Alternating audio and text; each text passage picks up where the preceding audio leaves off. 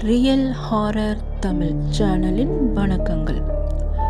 இந்த வீடியோஸை நீங்கள் ஸ்கிப் பண்ணாமல் பாருங்கள். உங்களுக்கு நடந்த உண்மையான அமானுஷ்ய அனுபவங்களை நீங்கள் விருப்பப்பட்டீங்கன்னா என்னோடய இன்ஸ்டாகிராம் ஐடிக்கு வாய்ஸ் நோட்டை அனுப்புங்க. என்னோடய இன்ஸ்டாகிராம் ஐடி லிங்க்கு டிஸ்கிரிப்ஷனில் கொடுத்துருக்கேன். என்னோடய சேனலை சப்ஸ்கிரைப் பண்ணி சப்போர்ட் பண்ணுங்கள். இப்போ நான் அப்லோட் பண்ணிட்டு வருது என்னோட கற்பனை வாய்ந்த ஒரு ஹாரர் ஸ்டோரி மட்டுமே.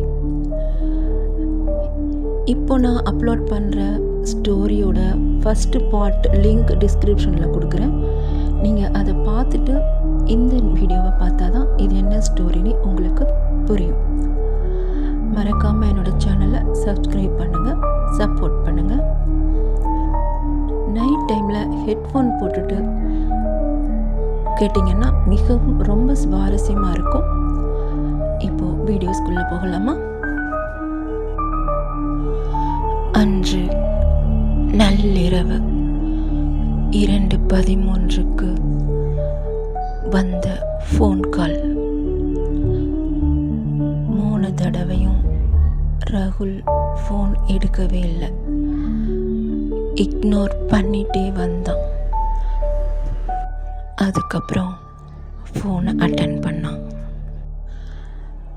பயந்துக்கிட்டே ஹலோ யார் பேசுறது அப்படின்ட்டு பேச ஆரம்பித்தான் ராகுல். அப்போ